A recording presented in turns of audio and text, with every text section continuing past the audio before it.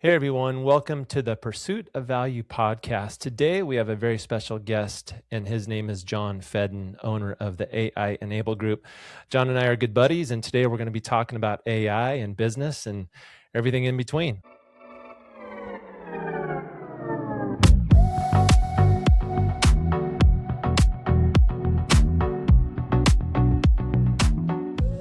This episode is brought to you by Interactive Workers Virtual Assistants, helping business owners and leaders turn strategy into action. With professional remote staff, Interactive Workers takes care of your daily tasks so you can focus on what matters: execution, leadership, and growth. And here's what makes them different. Every Interactive Worker virtual assistant operates on site at the company's HQ with full supervision and IT support. This ensures security, accountability, and uninterrupted 24/7 performance. Visit interactiveworkers.com to start building your remote team today. Welcome, John. Thank you very much, Marcus. Thanks for having me. Yeah, absolutely. So we're in season 3 of the Pursuit of Value podcast, and it's really all about strategy. And really, it's getting into what strategy is and what it isn't. Now, you were somebody that really helped me jump on the AI bandwagon when it first started coming out, and everybody was talking about it a few years ago. I kind of dismissed it, didn't have time for it, thought it was a fad type thing. And then once you jumped into it, you brought my attention to it. So why don't you tell me about how this all came about in your business world? Because really you were all about business development and marketing, correct? Absolutely. Yes, going back to the 80s, but always in the technology space, Marcus, working for small and multinationals alike, and covering the sort of the arc of technology from early stage databases to more sophisticated automation to the beginning of the internet. But the concept of AI really fascinated me, and I really wanted to be an early adopter and maybe apply my sort of core strengths of business development to what was going on in AI. So today, for example, at AEG, the AI Enable Group, I'm trying to apply both. I work with AI startups at the point where their products meet real buyers. And what I see repeatedly is that even though AI is fantastic and it's strong technology, it doesn't automatically translate into commercial traction within AI companies trying to launch and scale their businesses. And I've noticed a number of key challenges there. And most of the problems when it comes to startup AI companies trying to launch, trying to scale, most of the problems don't sit in with the AI. They sit in the interface between how founders think and how buyers decide. And that's what I find really interesting. That's really interesting. So before we jump into that more, talk to me about when did you see the opportunity? I mean, when you started playing with it, did you automatically think, hey, here's an opportunity here with business development? Or where did you see and when did you see the opportunity to do more with AI? It became a bit of an addiction, really, a good addiction, really, Marcus. So, like many things, I followed. I had some friends in the industry, some veterans that were real early adopters of AI, particularly when the likes of ChatGPT came out. And I appreciate that if you look at AI, the term was coined back in the 1950s.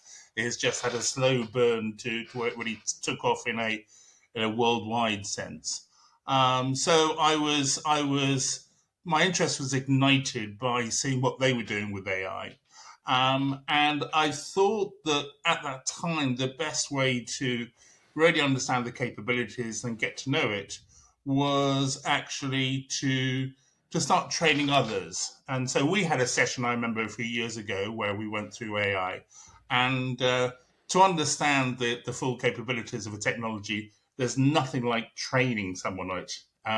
That becomes a great learning curve, I think, for the trainer. So that's really my sort of slide into the subject. Yeah. Good. That's good stuff, John. So talk to me about small businesses. I know in the beginning you were working with small businesses, but you've since pivoted a little bit. Talk to me about that. Sure. So I've really sort of combined my background in business development. I've been, as I say, since the late '80s in sales and business development. Um, and what I noticed was that there were particular challenges within AI companies when it came to business development. Um, Often and this isn't a catch already, Marcus. There Sure. are AI companies I've come across where the founders are real hybrids. They are technical geniuses on one front, but they are astute commercial people on the other. And I haven't taught them or guided them. I've actually learned from them. But there are a range or a section of the market of AI companies out there in startup mode where they're headed up by founders that are very technical. They certainly have brains the size of a planet. They understand the technology very well, but they're not necessarily, their strengths don't necessarily lie in the sort of commercial domain. And so the problem they run into is that they think differently to the buyer, and it's a bit like the film. They're so clever. They're so brilliant at the AI technology front that they very quickly sort of build this house. They build this house and they expect people to come. But often they build the house in the wrong place. They built it in the country rather than in the middle of the town, or they've got this big building and they build a ballroom next to it where actually what was required was a building with workspaces and good lifts Yeah, and plenty of toilets out there. Do you say toilets in the States? We say we toilets do. in the UK. I don't Yes, know we what you do. say. You do. I Yeah, thought it might be we call it a lot of things in the I've, U.S. I've got you. Let's not go So there. it sounds like they struggle with understanding who their perfect customer is, number one, and then number two, what is the value they're trying to create for that customer? Is that a fair statement? I, I think that's absolutely spot on. They most consistently misunderstand each other between the founder Mm-hmm. and the buyer, and that's around the problem that is actually being solved. So Right. AI startups tend to talk in terms of capability, accuracy, performance, architecture. They're explaining what the technology actually does, Right.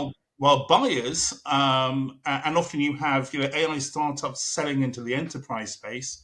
Buyers have a completely different conversation. They're deciding whether this technology reduces risks, saves time, or moves a business metric that they're accountable for. So Mm-hmm. the startup thinks that they're making a strong case, while the buyer is sort of still unsure what decision they're being asked to make. So Yeah. the gap between capability and consequence is where the most deals stall. The technology is often good enough. The understanding, though, between the founder and the buyer isn't aligned. It makes Yeah. sense. I, I often see specifically with technology that the buyer wants to solve a problem. Yes. And the simpler that solution is, the more value there is to the buyer. However, with technology, and I've experienced this across different industries, different platforms, different titles, different positions that I've had. When it comes to technology, there's often such a learning curve because the creator of the technology didn't do a really good job of understanding that when somebody comes into a new technology they don't have an understanding of it. So almost like the user interface needs to be so simplistic with technology. So one example is HubSpot. People use HubSpot all the time. Man, HubSpot can get really complicated, especially on the back end if you're trying to set up certain things. And Sure. so technology companies have a tendency, my opinion, to make things more difficult in not only learning it, but in the user interface of it. So we just here in my little world that I live in and my family, we just switched cell phone carriers, and Okay. so I had to go from one to another. Same phone, iPhone, but different system. To the app was different. turning on the location services so I know where my kid's at. All of these things were different. And as I'm walking through it and I'm trying to set my phone up and the app and everything, man, it was difficult. And I'm like, it doesn't need to be this difficult. Like, we're in the world today of drag and drop, just boop, boop. It should be that simple, right? But Yes. oftentimes the guys that are creating the technology fail to step out and into that role of brand new user. Like, what is this experience like as a brand new user? And it almost seems like they don't test that as well. They don't have the opportunity, or they don't actually take somebody who's completely green, who's never used that type of technology before, and said, "Here, figure this out. What do you think?" So, Sure. anyways, kind of a tangent there, but anyway. All No, right. Well, go ahead, John. no, I think that matters. There's often a mismatch in that sense between the seller and the buyer. Yeah. And when you look at the AI market, um, AI companies are trying to grow. Obviously, they're trying to scale, particularly if they've got some investment behind them. They're trying to go incredibly fast, but they don't necessarily understand the buyer's mindset. Taking the example Yeah. that you've made, and so Yeah. they adopt sort of different tactics that don't really cut it.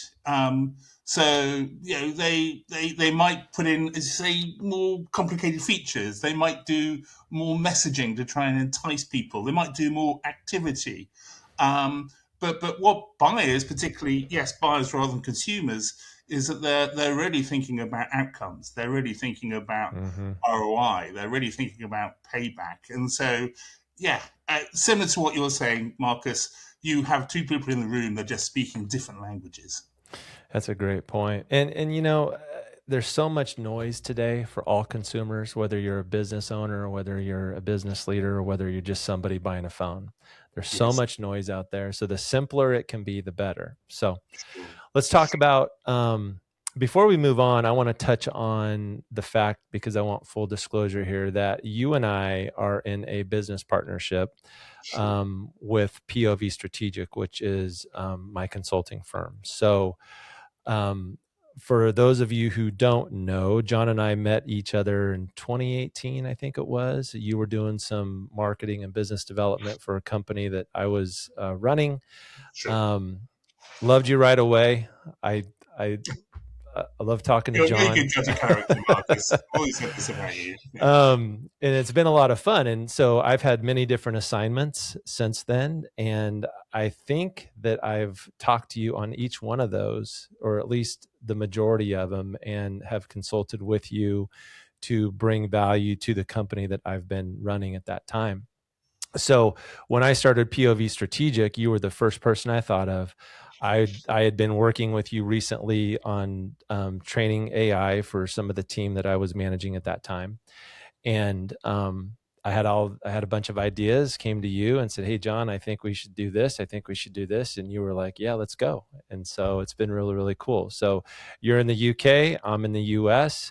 We talk to each other a couple times a week, and we've got customers, and we're cruising. And I'm very thankful for that. So I just wanted to put that out there. Well, I mean, no, big ditto back to you on that front, Marcus. And I think we're not unique, but we certainly have the same mindset when we look at relationships and when we look at clients. And I think if you look at POV Strategic, um, I would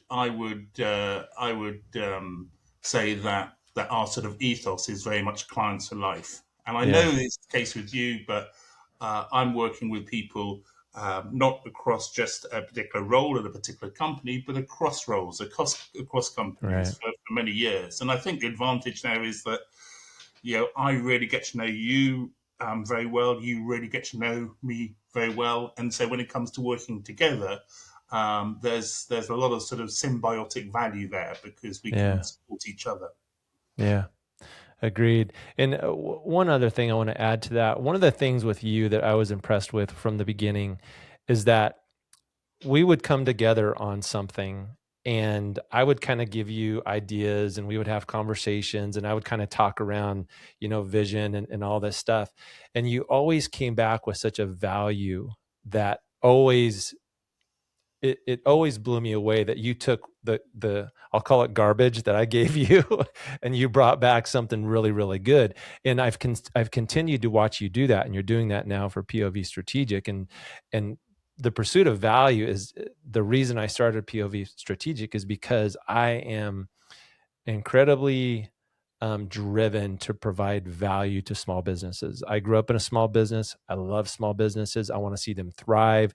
There's way too much failure in the USA and probably globally for small businesses. And I know what business failure is. I've seen it firsthand.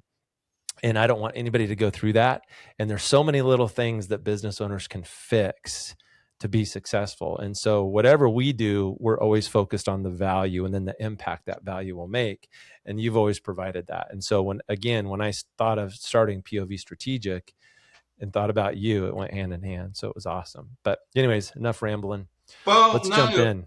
I just if I can add to that, I think that it's for a successful business.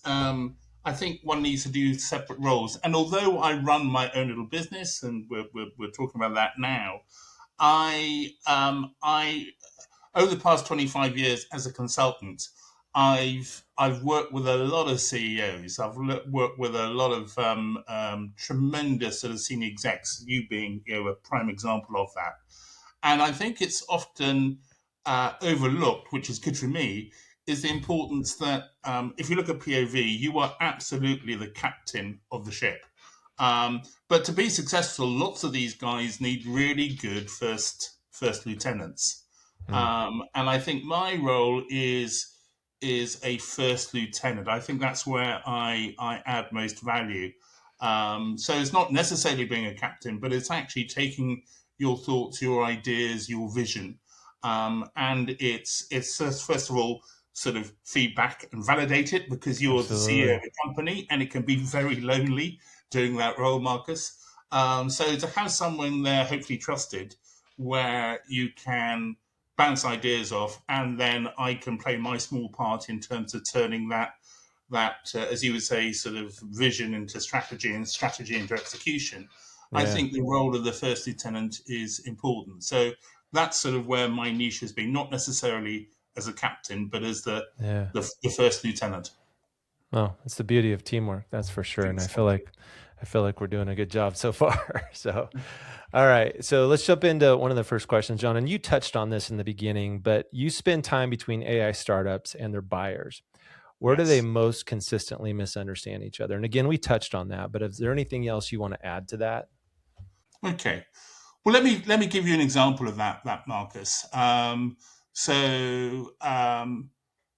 lot of this comes to me diagnosing situations, particularly within AI companies. And I've seen that problems do occur when it comes to diagnosing the sort of commercial journey that AI founders need to go on.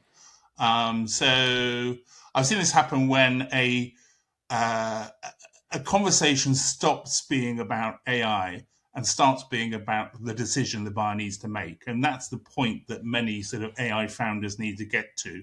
So in one situation, an AI company that I've been working with was concerned that the deal was stalling because the buyer didn't fully understand the technology. So the AI founder kept adding explanations, demos, details, really digging down and going into the weeds.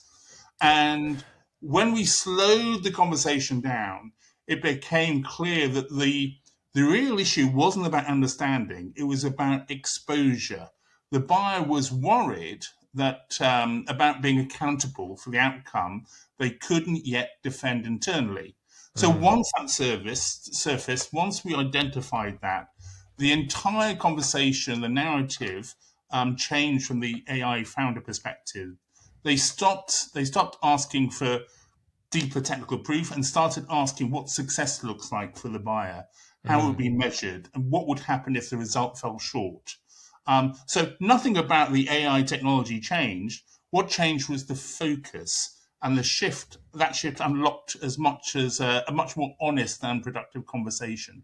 So yet again, it's about the fact that I think often the the AI founder has a technical bias, and that's just not the case with the buyer. And so that alignment needs to be identified, and that alignment needs to be brought together, if that makes sense. That makes perfect sense. And man, what a great lesson. Because what I hear you saying is there was a lack of communication. I mean, Yes. bottom line, it was just a lack of communication, which is very prevalent all over the world today. But as a company that is selling something, I think the lesson here is you need to define, and I say this all the time, you need to define what is value for the customer. You can't tell them. Yes. They need to, you as the company need to pull that out of them. Does that make sense? No, that makes absolute sense. I think though, as with any developing market, buyers are becoming smarter. Buyers are becoming Mm-hmm. more aware. I mean, your case is still relevant, but the one assumption that I think I would remove that buyers are resisting AI because they don't understand it. In most cases, buyers understand enough about AI. Mm-hmm. What they're wrestling with isn't sort of comprehension; it's accountability. They're asking themselves, if this doesn't deliver, am I the one who has to explain why to my board, to my boss internally? Yeah. Yeah. And when founders assume that hesitation equals ignorance, they respond with just more explanation. And that makes the decision harder, not easier. So when Yeah. they recognize that hesitation is about risk and responsibility, the conversation shifts. Absolutely. Buyers don't need to be convinced about AI. They need to feel safe about making the decision, which I guess is sort of is akin to many markets out there. Absolutely. Man, what a good lesson. Well, that brings us to the next question. We can kind of piggyback on that. Why Sure. do buyers express interest in AI, then hesitate when it comes time to commit? And you touched on it, but is there any other reasons why or that you've seen so far? I think like they need to be convinced not of necessarily AI. It's like any large scale transformation. It's not about the technology. It's about the outcomes really. Mm-hmm. Yeah. So when AI is involved, as much as possible, value needs to mean certainty. So buyers aren't necessarily looking for impressive capability; they're looking for confidence Yeah. that a real business outcome will happen without them being exposed yet again. I'm going to say it again to unnecessary risk. Right. So value shows up in a very practical way for buyers. Will this save me money? Or will this make me money in a way that I can explain, I can justify to my peers, to my board out there? Will Yeah. it fit into how the business already works? Will I be able to stand behind the decision if something goes wrong? And with AI, seeing the failure rate of AI projects, often things go wrong. So if those questions aren't answered by the AI founder, then AI may be powerful, but if it doesn't feel valuable yet to the buyer. Yeah. So from the buyer's perspective, really, Marcus, value isn't about what AI can do. It's about whether the outcomes feel predictable, defensible, and worth acting on now. Yeah. It's so interesting because there's so much psychology that goes into this. Yes. When I hear this explanation from you, what's rattling around in my brain is change, change, Change. change. Exactly. With any Yes. new technology today, there's a change component. So while the buyer is looking for a solution and they're wanting to, think about this. Whatever solution they're looking for should give them peace of mind and a relief. However, when it comes to technology, change is right there on the other shoulder, and there's Yes. not going to be relief because what comes with change is anxiety, fear. There's all these Yes. things that go into it. Are we going to adopt it? Are we going to be able to implement it? Now I got to train people. What is the risk? And so anytime there's a new technology, there's a change component that I think we often lose sight of. And there's something that needs to be addressed from the person selling the solution, that you have to, you have to account for the change factor, because what change does is it reveals. Change will always reveal something that's inside of the person that you're dealing with. And then it's going to reveal what's on the inside of other people. And what I mean by on the inside, it's what insecurities, what fears do they have? If they're an older generation, are they thinking, man, this is going to replace me? I mean, so there's so many things to think about. I just find that so interesting. I think that's so true, and particularly relevant for the AI market, Marcus. Change management or focus on change management should become before anything. It should come before the demo, the proposal, the review of the technology, Yeah. and the reason for that, and the reason why it's so relevant to the AI market is if you think about implementing technology, well, you want to implement SAP or you want to implement Oracle, or example you use, you want to implement HubSpot. There's 30 years of best practice behind those products in terms of implementing them in the right way. That's just not the case with AI. And so change management also has a dotted line to expectations management. Mm. And you can't necessarily put down the hard and fast KPIs of implementing HubSpot as you come to a brand new AI technology. So it is more of a leap of faith, not Yeah. let's say for the founder, but for the buyer. So rather than having set in stone KPIs, you often need to have that leap in faith and have more of a sort of a following a North Star approach, and have the Yeah. confidence that will come true. Yeah, absolutely. I had an assignment not too long ago that there was drastic change, just Yeah. one thing after another. And looking back, I don't think I guided the company through it very well, because it freaked a lot of people out. I mean, bottom line, there were people freaking out right and left. And what I learned from that is that you can accomplish a lot of change, but you need to be methodical with it, and oftentimes you need to slow down. And one thing that you have to do is, like you just said, you got to point to the horizon and make sure everybody knows this is where we're going and this is why we're going there. And you got to affirm that all the time as a business leader. So super interesting. Well, you're a humble guy, Marcus. I'd kick back to you a certain extent, because when I've seen you in the past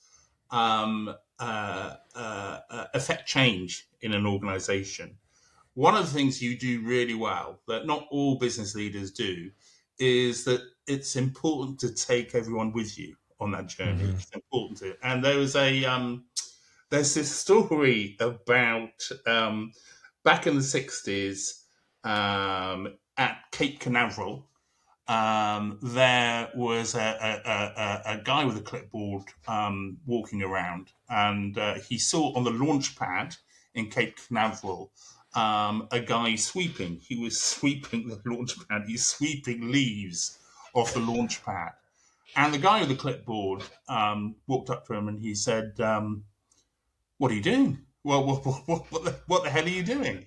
And the guy didn't say, I'm sweeping. The guy didn't say, I'm a janitor. He said, "Oh no, I'm part of the team that's putting a rocket into space." And that's it. You got to take everyone to you. And you got to have that mission, haven't you? And that's one of the things you do very well. Yeah. Well, thank you. That's a cool story, because that's buy-in right there. Yes. Yeah. All right. So you start with diagnostics rather than solutions. Why does that matter?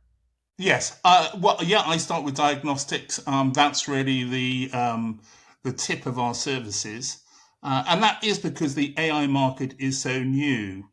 Compared to selling technology, there are so many issues that AI companies and buyers of AI um, need to handle.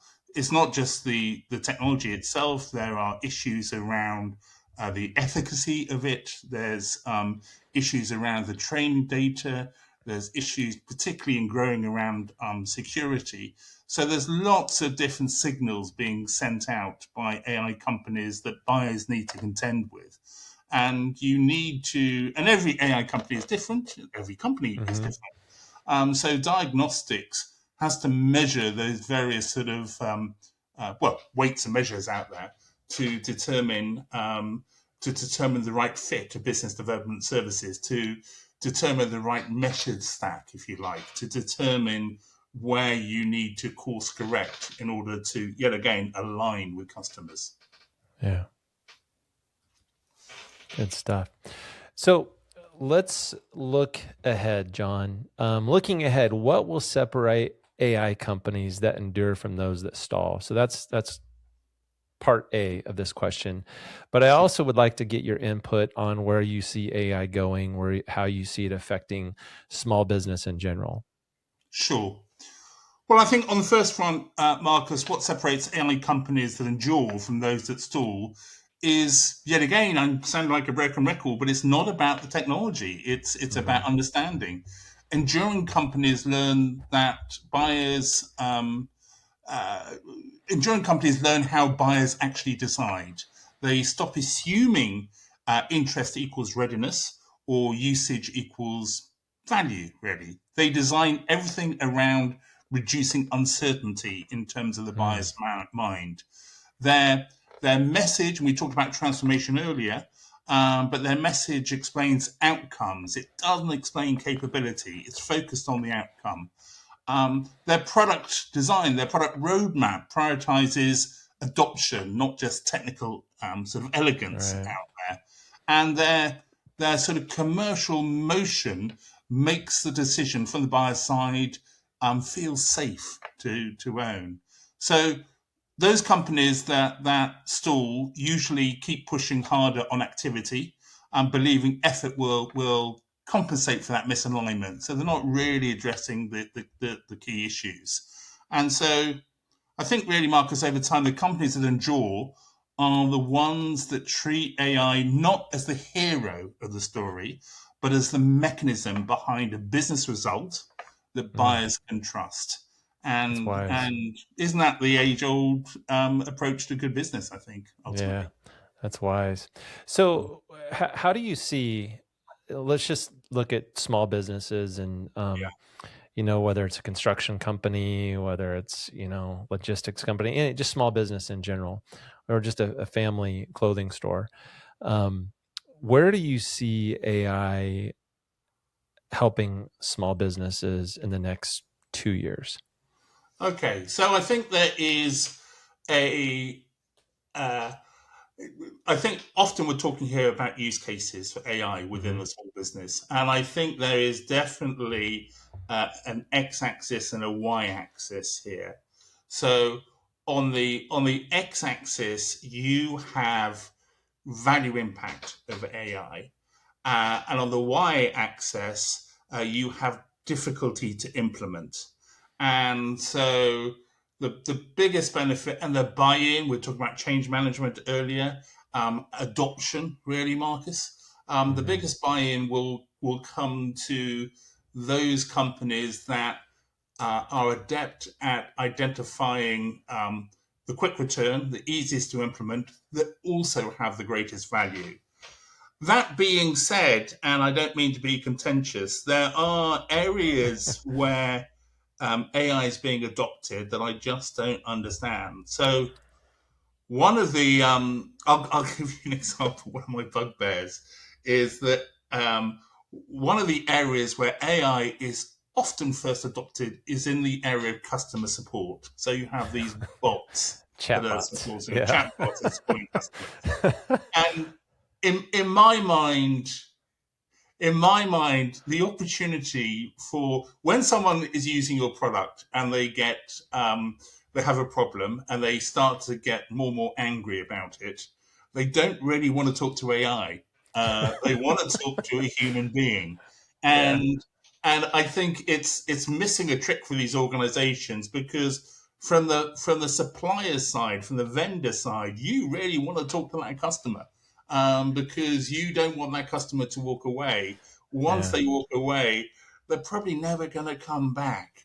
And the risk of that happening with AI that's using some mediocre training data to answer your questions, you're just increasing risk there. So I think the success of AI is, on the one front, is technology, but it's also going back to that thing of domain expertise. You can have the greatest AI technologists in the world, but unless you understand the business problem or the impact of that, Yeah. which is probably going to be by more of an operational guy or a sales guy or a marketing person that can actually design AI, then that's going to be the case. So I think AI will be companies that think about it, that do the change management, that have a blueprint, don't just sort of quickly adopt technology, but think about the business outcome of what they're going to do. Yeah. Yeah. A couple of years ago, I was looking to get a newer car. I had a Okay. smaller car and I wanted a bigger SUV. So I found one online, and the little chat bot pops up, and I didn't think anything of it. I'm like, yeah, I'll ask some questions. So I'm having a full on conversation with this person. I think her name was Linda or something, and I said, hey, okay, great. I really want to test drive this. I'll be there in an hour, blah, blah. Yeah, just when you get here, make sure you check in and ask for me. So sure enough, I get there. I'm feeling good about this, asked all my questions, ready to go drive it. And I go in there, and the first guy I see, yeah, I'm here to see Linda. He's just like, that's an AI chat bot. And Yeah. I felt so stupid. I mean, I thought I was having a full on conversation with this person. And now it seems like on a lot of those sites, these chat bots just pop up to the point where it's Yeah. annoying. It's like, I just want to look at the website. Leave me alone. So it is Exactly. annoying. It is annoying, and for some companies, it might be the only chance they have to speak to their customers. Yeah. So it's not even necessarily about solving the problem. It's about talking to your customers, even in that Yeah. context, where Yeah. the benefit is that it can also inform your business strategy. It can inform how you model your business. So Yeah. AI is great. I'm a real fan of it, but there are some areas where AI should be used. I think there are other areas where it shouldn't. Yeah. I agree with that. I really think that the closer you can get to your customer, the the more likelihood that you're going to have that lifelong customer. Yes. Um, Anytime I call in, like just this whole phone thing, just to get through the prompts to get to talk to somebody, it's so frustrating. And I get it. There's a large volume, but if you're going to use AI in a company, I really think the place to start is on the productivity side. How can you become more Yes. efficient internally, build better infrastructure? So when I think about what AI is going to do for small business, and small business in the US, for example, such a undefined term, because depending on what definition you look at, it could be 40 million in revenue and below, or it could be up to 250 million in revenue and Yeah. below. That's a vastly different size company. But what I see happening is I see the Microsofts, I see, the note takers, I see Asanas, Mondays of the world. That's where I see a lot of the smaller companies really starting to utilize AI. Yes. But there's also going to be a security component, because there's a lot of companies that I've talked to just recently that would love to adopt some form of AI, but there's a security issue and they don't Gosh. trust it. And so I think that that's going to have to be addressed. But I know for our little company, Asana, Microsoft Office, Apple has their intelligence now. There's AI is creeping into almost everything, and so that's where I see most of the proliferation happening. Um, I think it's going to be a heavy lift for small companies to do something exclusively, unless they're in some sort of manufacturing. But Yeah. it's just my That, opinion. But that's interesting, Marcus. So, because I know that you do speak to a number of business leaders, a lot of mhm. business leaders, and I know that you speak to people from a wide, diverse range of market sectors. Are you finding that the rate of AI adoption is pretty consistent across those markets, or are you finding that some industries are running away with AI and some are sort of laggards out there?